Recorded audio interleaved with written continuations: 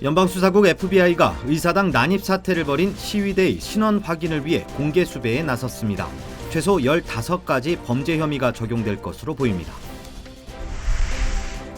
연방의회 의사당 난입 사태에 대한 후폭풍이 거셉니다. 트럼프 대통령을 당장 자리에서 끌어내려야 한다는 주장이 야당뿐만 아니라 여당인 공화당에서도 나왔습니다. 코로나19로 잔뜩 움츠렸던 미국의 경제가 올해부터 본격적인 회복세에 돌입할 것이란 전망입니다. 영국에 이어 남아프리카 공화국에서도 새로운 변이 바이러스가 나오면서 백신 무용론에 대한 우려가 커지고 있습니다. 여러분 안녕하십니까? 1월 7일 첫 소식입니다. 연방수사국 FBI가 의사당 난입 사태에 참여한 시위대 신원 확인을 위해 공개 수배에 나섰습니다. 당국은 현장에서 확보한 사진과 영상 자료를 취합하고 있다며 주동자들을 끝까지 추적 검거할 방침이라고 밝혔습니다. 무력 진입과 폭행 등 최소 15가지의 범죄 혐의가 적용될 것으로 보입니다. 김재은 기자의 보도입니다. 곳곳엔 부서진 유리 파편이 흐트러져 있고 각종 비품은 파손돼 있습니다. 의회 지도부 집무실도 엉망이 됐습니다. 어제 연방의회에 수천 명의 시위대가 난입하면서 생긴 흔적들입니다. 이 과정에서 총 4명이 숨졌고 경찰 50여 명이 다쳤습니다. 사법당국은 기습 난입에 참여하거나 폭동을 선동한 용의자들을 추적 중입니다. We have collected numerous images of persons of interest that we are asking the community to help us identify. These images depict individuals engaged in various acts of violence or property destruction. 시위 이후 체포된 용의자는 68명에 달합니다. 이 중 단 1명만 워싱턴 DC 거주자였고 나머지는 미시건과 캘리포니아주 등 타주에서 온 사람들이었습니다. 이들에겐 의회 무력 진입과 경찰 폭행 등 최소 15가지 혐의가 적용될 수 있습니다. 또 내란 음모와 반란, 소요제 등의 혐의도 거론되고 있습니다. These thugs, these Trump thugs, decided that they would desecrate the Capitol with no thought of what harm they might do physically, psychologically, or in any other way. And they will be prosecuted. And they will be prosecuted. Justice will be done. 그동안 트럼프 대통령을 지지해온 측근들도 이번 폭력과 파괴 사태는 절대 용납돼선 안 된다고 맹비난했습니다. 대통령의 최측근인 린지 그레이엄 상원의원은 자체 전단팀을 구성해 난입 사태에 참여한 모든 사람을 색출해 처벌할 것을 제시했습니다. I'm calling for a joint task force to be assembled. And spend all the time and money necessary to identify every person who breached the security of the Capitol, who occupied the chambers, who invaded offices and destroyed property. 이번 난입 사태로 심각한 보안 우려가 제기되면서 오늘 의회 건물엔 7피트의 울타리 설치 작업이 시작됐습니다. 비밀 경호국도 이번 일을 계기로 오는 20일 열리는 조 바이든 대통령 당선인의 취임식 보안 계획을 재평가할 계획입니다. MBC 뉴스 김재은입니다. 트럼프 대통령이 임기를 2주일도 안 남기고 쫓겨나게 생겼습니다. 연방의회에 시위대가 난입하고 사망자까지 나왔는데요. 이 사태를 부추긴 트럼프 대통령을 백악관에서 끌어내야 한다는 건데 내각이 못하면 의회에서 탄핵 절차를 시작하겠다는 말까지 나왔습니다. 워싱턴에서 박성호 특파원입니다. 척 슈머 민주당 상원 원내대표는 오늘 성명을 내고 트럼프 대통령이 하루라도 더 재임해서는 안 된다며 퇴진을 본격적으로 추진할 뜻을 밝혔습니다. 이를 위해 펜스 부통령과 내각이 수정헌법 25조를 발동해 대통령의 직무 수행이 불가능하니 부통령에게 직무를 넘기도록 하라고 요구했습니다. 낸시 펠로시 하원 의장도 같은 입장을 밝히고 이 같은 요구가 받아들여지지 않으면 탄핵을 추진하겠다고 했습니다. If the Vice President and the Cabinet do not act, the Congress may be prepared to move forward with impeachment. That is the overwhelming sentiment of my caucus. 탄핵이 가능하려면 상원에서 3분의 2 이상 찬성이 나와야 하는데 공화당의 동참이 필요합니다. 일단 공화당 내에서는 민주당이 요구한 수정헌법 25조 발동에 공개적으로 동의하는 의원이 나왔습니다. The president is unfit and the president is unwell. And the president must now relinquish control of the executive branch voluntarily or involuntarily. 이런 상황에서 트럼프 행정부 내 인사들의 사퇴가 줄줄이 이어지고 있습니다. 일레인 차오 교통장관이 이번 난입 사태 이후 강요로서는 처음으로 물러나기로 했고 트럼프의 전직 비서실장도 지금 갖고 있는 북아일랜드 특임 대사직을 사임했습니다. But you can't do it, and I wouldn't be surprised to see more of my friends resign over the course of the next 24 to 48 hours. 백악관 대변인이었던 스테퍼니 그리엄 영부인 비서실장, 매슈 포틴저 백악관 국가안보 부보좌관도 사임했고 로버트 오브라이언 국가안보 보좌관도 사임을 검토 중인 것으로 알려졌습니다. 워싱턴에서 MBC 뉴스 박성호입니다. 한편 한인 앤디 김 연방하원 의원이 연방의회 의사당 난입 사건 이후 뒷정리를 돕는 모습이 화제를 모으고 있습니다. 공개된 사진 속의 김 의원은 의사당 건물 바닥에 흩어진 시위 잔해와 개인 물품 등을 정리하며 화기 단속국 요원들을 돕는 모습이 담겼습니다. 김 의원은 난장판이 된 의사당에 가슴이 무너져 내렸다며 뒤처리를 도맡은 화기 단속국 요원들의 모습을 보고 도와야겠다는 생각이 먼저 들었다고 설명했습니다. 한편 앤디 김 의원은 지난 2018년 11월 6일 중간선거에서 뉴저지주 3선거구 하원 의원으로 당선되면서 한국계 최초 민주당 소속 하원 의원이라는 타이틀을 얻었습니다. 바이든 정부의 출범을 앞두고 바닥을 친 경제가 되살아날지에 대한 관심도 커지고 있습니다. 올해는 경제가 점차 회복할 것이라는 분석과 함께 백신 보급까지 잘 이루어질 경우엔 어느 정도의 성장세를 이어갈 것이라는 낙관적 전망도 나오고 있습니다. 여준호 기자의 보도입니다. 전례 없는 셧다운으로 경기가 바닥을 쳤던 2020년. 비즈니스는 줄줄이 도산하고 실업자들은 속출했습니다. 하지만 올해 미국 경제는 장밋빛 전망이 이어지고 있습니다. 지난 연말부터 천천히 회복세로 돌아서고 있는 미국 경기와 새로 출범하는 바이든 정부의 대규모 경기 부양책에 대한 기대가 올해 경기 회복을 뒷받침할 것이란 분석이 나오고 있기 때문입니다. 단기적인 부분에 있어서는 모든 부분이 다 좋아질 거라고 예상을 할 수가 있어요.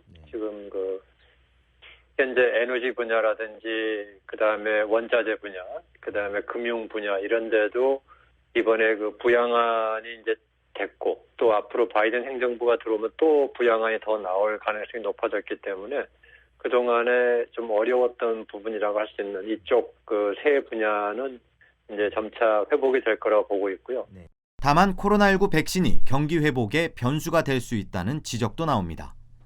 미국의 전반적인 산업 분야가 성장세를 이어가면서도 백신 보급 여부에 따라 관광이나 요식업 등은 예년 수준을 되찾는데 좀 더 시간이 걸릴 것이란 진단입니다. 이번에 팬데믹에 가장 취약했던 여행이라든지 숙박업, 그다음에 식당 이런 그다음에 여흥업 이런 쪽들이 힘든 부분은 아직도 회복되려면 이건 아무래도 백신이 성공적으로 배급이 돼가지고 그로 인해서 이제 경제 생활이 정상화됐을 때에서야 회복이 된다고 보니까 이것은 빨라야 금년 말 정도 되지 않겠냐 보는 건데. 주식시장에 대한 전망도 밝습니다. 최근 과열 양상을 보이면서 거품이라는 우려도 나오지만 연준의 완화적인 통화 정책이나 백신 보급에 이은 경기 회복에 대한 기대감 등이 지속적으로 주식시장의 상승세를 견인할 것이란 분석입니다. 전체적으로 이제 경기가 이렇게 클로즈되어 있는 상태에서 많이 떨어졌던 폭락했던 주식들, 파산했던 회사들이 많았는데 일단 백신이 나온다고 하니까 모든 게 다 풀린 것 같은 분위기가 지금 형성되고 있는 거잖아요. 앞으로 괜찮아질 거다, 경기가 그만큼 나아질 거라고 미리부터 점치고 주식들은 벌써 올라가지 않은 상태죠. 그 대신 실물 경제가 따라가는 거는 6개월 정도의 딜레이가 좀 있은 다음에 실물 경제가 픽업할 수 있는 건데 이외에도 산업 분야에선 바이든 행정부가 트럼프 행정부에 비해 상대적으로 우호적인 시각을 가진 친환경 재생에너지와 마리화나 등이 특히 각광을 받을 것으로 전망됐습니다. MBC 뉴스 여준호입니다. 두 개의 코로나19 백신이 미 전역에 유통되는 동안 두 가지 새로운 변이 바이러스가 출현했습니다. 영국에서 출현한 변종 바이러스와 남아프리카 공화국발 코로나19 변종 바이러스인데요. 변이에 대한 연구가 진행 중인 가운데 기존 코로나19 백신의 효능을 완전히 무력화할 수 있을 것이라는 우려도 나오고 있습니다. 홍지은 기자의 보도입니다. 미국의 코로나19 백신 접종률이 채 2%에도 못 미치는 가운데 2개의 변이 바이러스가 나타났습니다. 영국발 변이 바이러스에 이어 남아프리카 공화국에서 새로운 변이 바이러스가 확인된 가운데 과학자들은 기존 코로나19 백신의 효능을 완전히 무력화할 수 있다고 우려했습니다.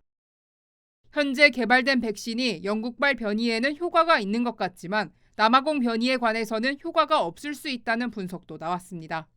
If there's not a match or there's sufficient deviation, then the manufacturers will have to go back to work and create yet another vaccine, hopefully one that will cover both strains. 앞으로 몇 주 동안 바이러스 학자들은 남아공 변이와 기존 백신 사이에 어느 정도 일체성이 있는지에 대해 연구할 예정입니다.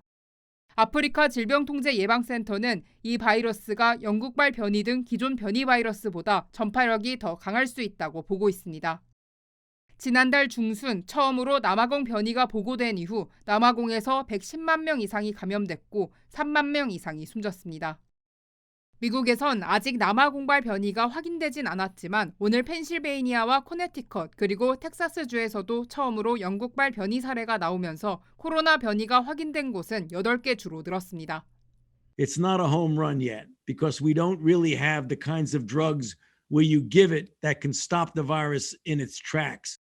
연방질병통제예방센터 CDC는 미국에서 적어도 52명이 영국발 변이에 감염된 것으로 추산하고 있습니다.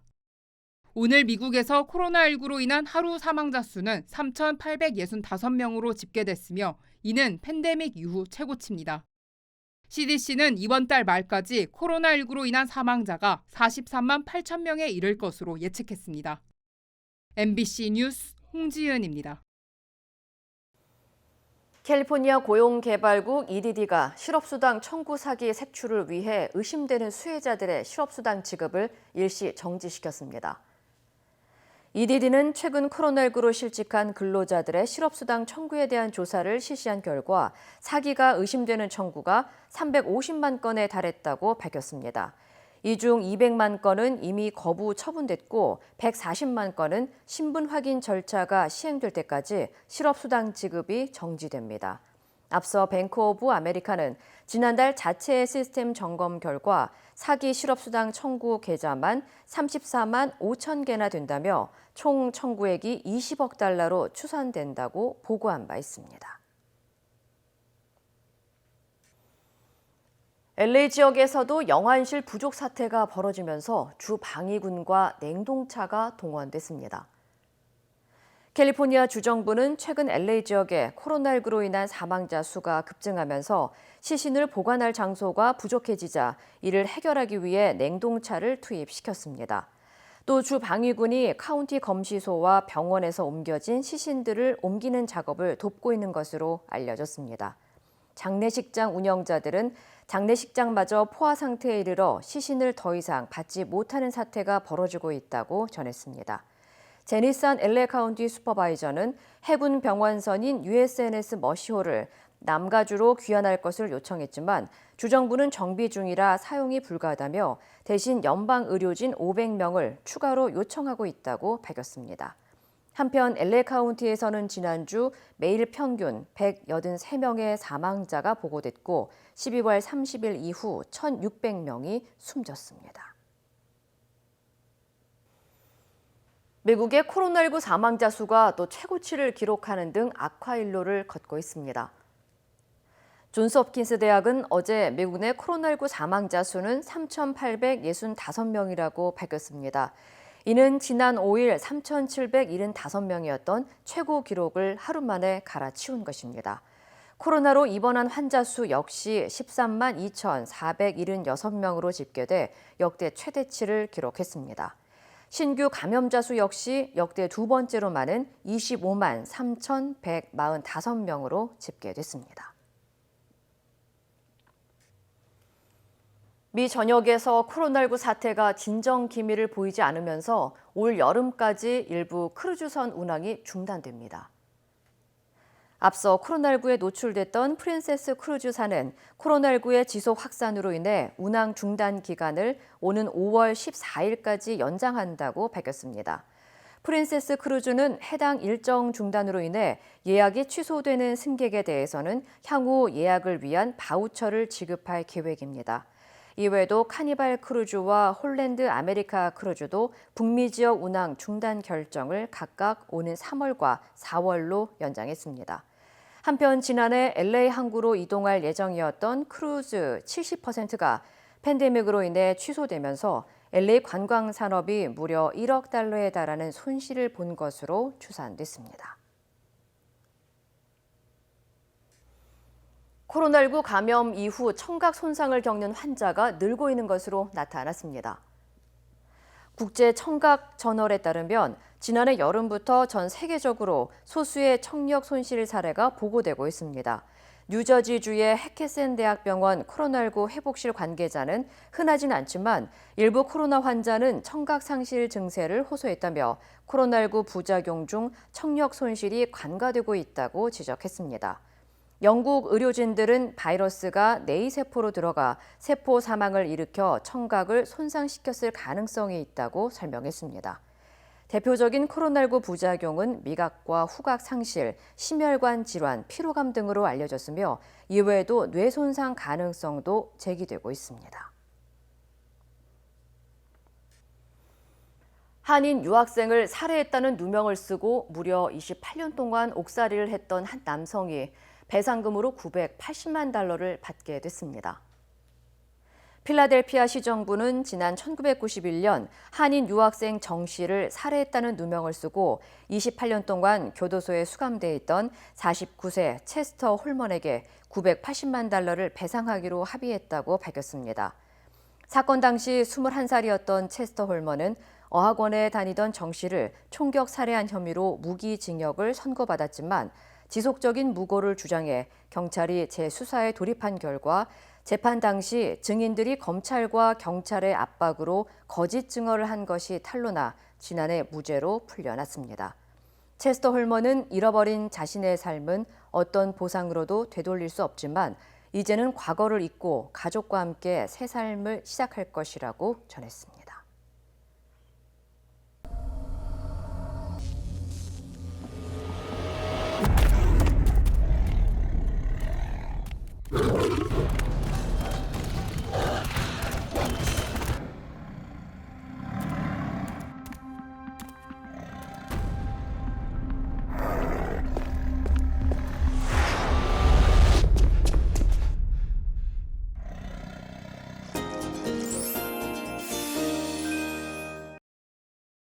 서울시장 재보궐선거 후보 단일화를 놓고 국민의힘과 안철수 국민의당 대표가 동상이몽입니다. 국민의힘은 입당이든 합당이든 빨리 합치자고 하고 안철수 대표는 글쎄요 하고 있는데요.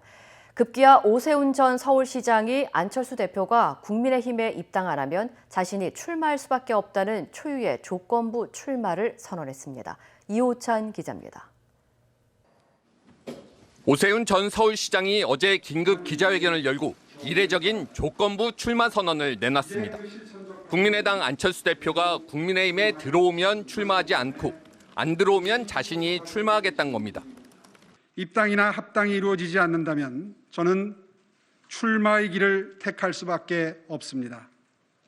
제1야당 국민의힘으로서는 후보를 내지 않을 수 없기 때문임을 안 대표가 입당이나 합당을 하지 않으면 단일화 실패에 대한 우려를 불식시키기 어렵다는 건데 정진석 공천관리위원장도 선 통합, 후 단일화가 해답이라며 안 대표를 압박했습니다. 하지만 안 대표는 선을 그었습니다. 후보 단일화에 대해서는 여러 방법이 있을 수가 있죠. 중요한 거는 서울 시민들 그리고 모든 야권 지지자들의 공감대가 중요하다고 생각합니다. 김종인 국민의힘 비대위원장과의 지난 6일 비공개 회동을 두고도 신경전이 이어졌습니다. 안 대표 측은 새해 인사 차원의 자리였다며 구체적인 선거 얘기는 없었다고 밝혔는데 김 위원장은 만났다고 밝힌 측에 물어보라며 앞으로 만날 일 없다는 반응을 보였습니다. 야권의 기싸움이 거세지는 가운데 더불어민주당도 경선 룰을 확정했습니다. 권리당원 50%, 일반 선거인단 50% 투표로 후보를 결정하기로 했는데 서울은 2월 말, 부산은 3월 정도에 후보가 확정될 것으로 보입니다. MBC 뉴스 이호찬입니다. 성폭행 의혹에 폭로된 국민의힘 김병욱 의원이 결백을 밝히고 돌아오겠다며 탈당했습니다. 여권 출신 시장들의 성추문이 국민의힘의 공격 지점이었는데 자신들 당에서 같은 의혹이 나오니 난감하고 곤혹스러울 수밖에 없습니다. 이계주 기자입니다. 인턴 성폭행 의혹이 제기된 국민의힘 김병욱 의원이 탈당을 선언했습니다. 김 의원은 당에 부담을 주지 않기 위해 탈당한다. 결백을 밝힌 후 돌아오겠다는 짧은 입장문을 내놨습니다. 앞서 유튜브 채널 가로세로 연구소는 김 의원이 국회의원 보좌관 시절이던 지난 2018년 10월 경북 안동의 한 호텔에서 다른 의원실 인턴 비서를 성폭행했다는 목격담을 방송했습니다. 김 의원은 유튜브 방송 직후 전혀 사실이 아니다. 강력한 민형사상 조치를 취하겠다고 밝혔는데 하루 만에 돌연 탈당한 겁니다. 김 의원은 동료 의원들에게는 억울하다는 입장을 밝혔고 의원실 앞에서 마주친 MBC 취재진에게도 더 이상 할 말이 없다는 입장을 보였습니다. 하지만 김 의원은 당 지도부에는 잘 기억이 나지 않는다는 식으로 답변했던 것으로 전해졌습니다. 국민의힘 지도부는 곧바로 비상대책위원회를 긴급 소집했습니다. 윤리위원회나 당무감사위원회를 열 계획이었는데 김 의원의 탈당 소식을 접한 뒤에 더 이상 당원이 아니라며 회의를 취소했습니다. 김종인 위원장은 이번 사안을 어떻게 보느냐는 질문에 민감한 반응을 보였습니다. 김병욱 의원 사안을 어떻게 좀 보고 계신가요? 뭘 어떻게 봐? 김병욱 의원 관련된 사안을 어떻게 좀 보고 계십니까? 뭘 어떻게 봐? 당내에서 이런 성 관련된 의혹이 제기됐는데 좀 어떻게 좀 판단을 하시나요, 위원장님께서? 뭐를 판단을? 민주당 소속 단체장들의 성추문으로 보궐선거가 촉발됐다고 비판해왔는데 그 선거를 앞두고 국민의힘 내부에서 성폭력 의혹이 제기된 데 대해 곤혹스러움이 역력합니다. MBC 뉴스 이기주입니다. 영국발 코로나19 변이 바이러스에 감염된 사례가 한국에서 3명 더 확인됐습니다. 영국에서 입국한 확진자와 접촉한 가족들인데 해외 체류 경험 없이 변이 바이러스에 감염된 첫 사례입니다. 신정현 기자입니다. 영국에 다녀오지도 않고 국내에서만 생활한 3명이 처음으로 영국발 변이 바이러스에 감염됐습니다. 지난 2일 국내 9번째로 변이 바이러스 감염이 확인됐던 A씨의 가족들입니다. 지난달 19일 영국에서 입국한 A씨는 경기도에서 자가격리를 하던 중 이튿날 확진됐습니다. 입국 직후 A씨가 부모님과 동생 부부 4명과 밀접 접촉해 이들도 추가 격리하고 검사해보니 4명 모두 양성 판정을 받았습니다. 이 중 3명의 검체에서 영국발 변이가 확인됐고 나머지 1명은 변이 검사가 진행 중입니다. 다 동거 가족은 아니고 그 입국 후에 이동 과정에서 같은 가족들이 아마 같은 차량으로 이동을 하면서 관련된 전파가 일어났을 가능성. 방역 당국은 변이 바이러스가 확인된 가족 3명이 격리 조치되기 전 지역사회에서 활동했는지 여부를 조사하고 있다고 밝혔습니다. 국내 변이 바이러스 검출 사례가 15명으로 늘어나자 방역 당국은 오는 12일부터 영국이나 남아공에서 입국하는 사람은 일단 모두 임시 생활시설로 옮기기로 했습니다. PCR, 그러니까 유전자 증폭 검사 음성 확인서를 내더라도 시설에서 실시하는 진단 검사에서 다시 음성이 확인돼야 입국을 허용할 방침입니다. 영국발 항공편의 입국 중단 조치도 오는 21일까지 2주간 연장됐습니다. MBC 뉴스 신정현입니다. 황하나 씨가 다시 구속됐습니다. 황하나 씨에게 마약이 어떻게 흘러들어왔는지 집중 추적하고 있는데요. 경찰은 황 씨의 지인이 한국 마약 조직의 공급책이라고 공식 발표했습니다. 고은상 기자입니다. 집행유예로 석방된 지 17개월 만에 다시 모습을 나타낸 황하나 씨. 검정 패딩에 모자를 깊게 눌러쓰고 목도리와 마스크로 얼굴을 완전히 가린 채 입을 깊게 다물었습니다. 녹취에서는 굉장히 자연스럽게 마약 얘기 많이 하셨는데 마약 투약하면 인정하세요? 죽은 남자친구하고 지인 극단적 선택에 책임감 없으세요? 1시간여 만에 구속영장 심사가 끝난 뒤에 협박 의혹을 부인했습니다. 지인분들 협박하시면 인정하십니까? 인정 안 해요. 법원은 증거를 인멸하거나 도망갈 염려가 있다며 황 씨에 대한 구속영장을 발부했습니다. 경남경찰청은 국내 텔레그램 마약 유통 조직에 대한 수사 결과를 발표하면서 황 씨의 지인 남모 씨가 유통책 중 한 명이라는 내용을 공식 확인했습니다. 남 씨가 활동한 조직은 필리핀을 근거지로 한 마약왕 박광열 씨로부터 마약을 공급받은 것으로 조사됐습니다. 경찰은 남 씨를 포함해 유통책 28명과 마약을 사거나 투약한 62명을 적발했는데 이들이 판 마약만 49억 원어치에 달합니다. 경찰은 남 씨가 의식이 없어 조사가 불가능해 황하나 씨의 마약 투약 경위 등을 다각도로 수사하고 있다고 밝혔습니다. MBC 뉴스 고은상입니다. 도널드 트럼프 대통령이 트위터 계정 정지를 초래한 글을 삭제했습니다. 관련 소식 전해드립니다. 앞서 트위터는 선거 무효를 주장하는 트럼프 대통령의 지지자들이 워싱턴 DC 연방의회 의사당에 난입하는 사태가 발생하자 대통령이 계정을 잠정 정지시켰습니다. 트위터 측은 트럼프 대통령이 게시한 글 중 3건이 선거 공명성 정책을 위반했다면서 계정 정지와 함께 이 글들의 삭제를 요청했는데요. 트위터가 트럼프 대통령이 계정을 정지시킨 것은 이번이 처음으로 또 규정 위반이 계속될 경우 계정을 영구 정지할 수 있다고도 경고했습니다. 트럼프 대통령은 또 조 바이든 당선인이 취임할 때까지 페이스북을 쓰지 못하게 됐습니다. 페이스북 측은 트럼프 대통령이 페이스북을 계속 쓰게 하는 건 위험하다면서 평화적 정권 이양이 이루어질 때까지 최소 2주간 계정을 정지한다고 밝혔는데요. 정지 기간은 무기한으로 늘어날 수 있다고도 덧붙였습니다. 미국 전기차 회사 테슬라의 창업자인 일론 머스크 최고 경영자가 세계 최고 부자에 등극했습니다. 블룸버그 통신은 현지 시각 7일 일론 머스크의 순자산이 1,885억 달러, 우리 돈 약 206조 원으로 제프 베이조스 아마존 CEO를 약 1조 6천억 원 차로 제치고 1위에 올랐다고 보도했습니다. 지구촌 최고 부자의 타이틀이 바뀐 것은 3년 3개월 만인데요. 머스크는 지난해 초만 해도 순자산이 약 30조 원으로 50위권에 간신히 드는 수준이었습니다. 하지만 작년 한 해 동안 테슬라의 주가가 740% 이상 폭등하면서 순식간에 선두권으로 뛰어올랐는데요. 블룸버그 통신은 2020년 한 해 동안 머스크의 자산이 164조 원 이상 증가했고 이는 역사상 가장 빠른 속도로 불어난 것이라 전했습니다. 조 바이든 미국 대통령 당선인이 차기 행정부의 법무부 장관으로 메릭 갤런드 워싱턴 DC 연방 항소법원 판사를 낙점했습니다. 갤런드 판사는 버락 오바마 행정부 말기인 지난 2016년 2월 오바마 대통령에 의해 연방 대법관으로 지명됐었는데요. 하지만 당시 상원을 장악한 공화당이 대통령 임기 말의 지명을 문제 삼아 무산된 바 있습니다.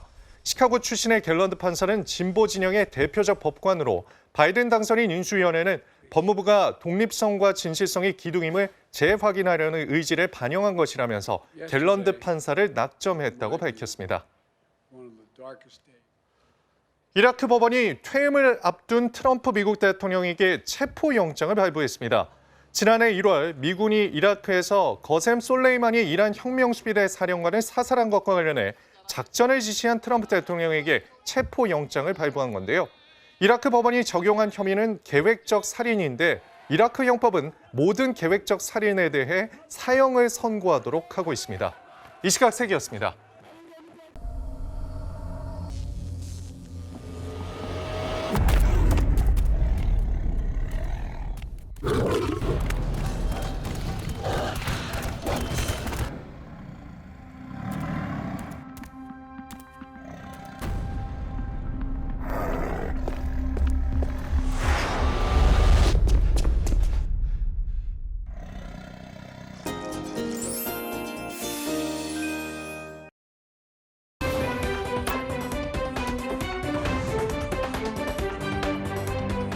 인터넷과 SNS에서 화제가 된 이슈를 전해드리는 투데이 이슈톡 시간입니다. 내가 의도한 것과 전혀 다른 상황으로 해석돼서 주변 이웃들이 공포에 떨었다면 참 난감하겠죠? 이슈톡 첫 번째 키워드는 경찰 출동하게 만든 검정 비닐의 정체입니다. 네덜란드에서 발견된 의문의 검은 비닐봉투. 끈을 이용해 비닐을 동여맨 모습이 공포나 스릴러 영화의 한 장면처럼 마치 사람을 싸놓은 듯한데요. 최근 네덜란드 현지 경찰이 SNS를 통해 크리스마스 트리를 내용물을 알 수 없도록 포장해 버리지 말라고 당부했습니다. 크리스마스가 끝나면 쓸모 없어진 트리를 시민들이 비닐로 포장한 뒤 이렇게 줄로 칭칭 동여매 버리곤 해서 이웃들이 놀라 신고하는 일이 잦다는데요. 현재 경찰은 트리가 필요 없어진 점은 이해하지만 트리는 재활용 센터에 가져다 달라고 부탁했습니다. 스마트폰을 들고 다니다가 떨어뜨려서 비싼 수리비를 낸 경험 한 번씩은 있으실 텐데요. 두 번째 키워드입니다. 3,650m 상공에서 떨어뜨린 스마트폰입니다. 빠른 속도로 하강하며 짜릿함을 즐기는 스카이다이버. 갑자기 검은색 물체가 주머니에서 공중으로 튀어오르는데요. 알고 보니 스카이다이버가 평소 사용하던 스마트폰이었다고 합니다. 바지 주머니가 찢어지면서 3,650m 상공에서 떨어졌다고 하는데요. 스카이다이빙을 한 미국 애리조나주 사막에서 GPS 신호를 통해 이 스마트폰을 되찾았다고 합니다. 스마트폰은 뜻밖에도 액정이 깨진 것 외에는 모든 기능이 정상 작동했다는데요. 이 다이버는 그 후 2주 동안 이 스마트폰을 더 사용했다고 하네요. 한국의 태권도가 저 멀리 아프리카에서 희망을 전파하고 있다고 합니다. 세 번째 키워드입니다. 짐바브웨의 태권 소녀들. 짐바브웨 수도 동쪽으로 15km 떨어진 빈민가 앱워스. 앳된 얼굴의 17세 소녀 나치라이시의 마리차가 태권도를 가르치는 곳인데요. 국기와 글씨가 새겨진 도복을 입고 어린이들에게 발차기와 찌르기 등 태권도를 가르치고 있습니다. 소녀가 태권도를 열심히 가르치는 건 가난에 힘들어하는 아이들에게 희망을 주고 싶어서라는데요. 부모에게 주는 지참금 때문에 어린 나이에 강제 결혼을 당하는 여자아이들에게 교육을 통해 자립심을 키워주고요. 마약에 쉽게 빠지는 빈민가의 10대 청소년들에게 운동으로 건전한 정신을 일깨워준다고 합니다. 자율주행 시대가 오기 전 인공지능 자동차를 내세워서 전 세계적인 인기를 끈 드라마가 있습니다. 네 번째 키워드입니다. 전격 제트 작전 키트 경매에 나온다. 키트 도와줘! 주인공이 위험에 빠진 순간 어디선가 나타나 악당을 물리치는 데 도움을 주는 인공지능 자동차. 전직 형사 역할 주인공과 대화를 하고 빠른 속도로 사건 현장에 데려다 주기도 하는데요. 전격 제트 작전 드라마 속 또 하나의 주인공이었던 자동차 키트가 경매에 나왔습니다. 1982년식 폰티악 파이어버드를 개조해 만든 자동차는 드라마와는 다르게 인공지능 기능은 없지만 디지털 계기판 등 당시엔 상당히 앞선 기술로 만들었는데요. 당시 드라마 주인공 배우가 현재 소유하고 있는 이 자동차 키트의 경매 시작 가격은 약 5억 원이라고 합니다. 낙찰된 사람에게는 배우가 직접 차를 가져다 줄 예정이라고 하네요. 아기 상어 뚜루루뚜루. 귀여운 모습의 이 아기 상어가 사람이 아무렇게나 버린 낚싯바늘 때문에 엄청난 고통을 겪었다고 합니다. 다섯 번째 키워드입니다. 죽을 고비 넘긴 아기 상어. 푸른 바닷속 해초 사이로 보이는 아기 상어 한 마리. 잠수부가 들어 올려봐도 지친 듯 움직임이 거의 없는데요. 뼈가 드러나 보일 정도로 오랫동안 먹이를 먹지 못한 모습입니다. 아기 상어가 위기에 빠진 건 입에 걸려있던 낚싯바늘 때문인데요. 잠수부는 낚싯줄을 끊어낸 뒤 낚시 바늘까지 완전히 제거한 뒤 아기 상어를 놓아줬습니다. 아기 상어는 마치 고마운 마음을 표현하는 듯 한동안 잠수부 주변을 맴돌았다고 하는데요. 이제 바다를 돌아다니며 마음껏 자유를 누리길 바라봅니다.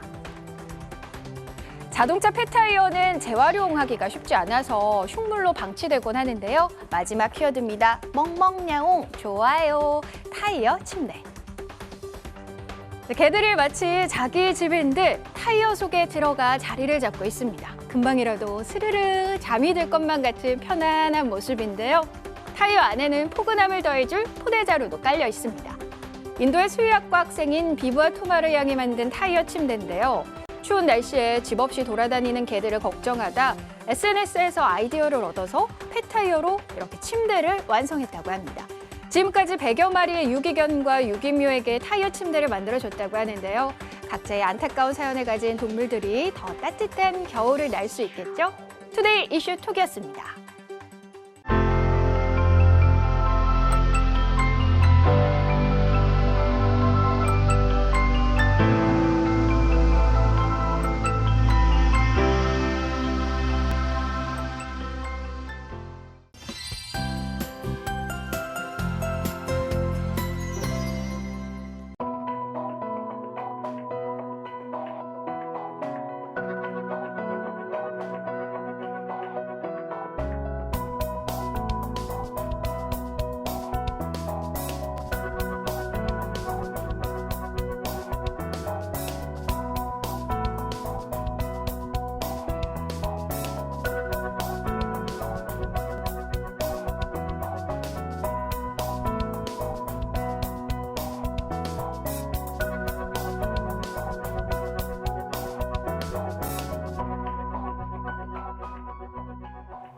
이상으로 1월 7일 뉴스를 마칩니다. 시청해주신 여러분 고맙습니다.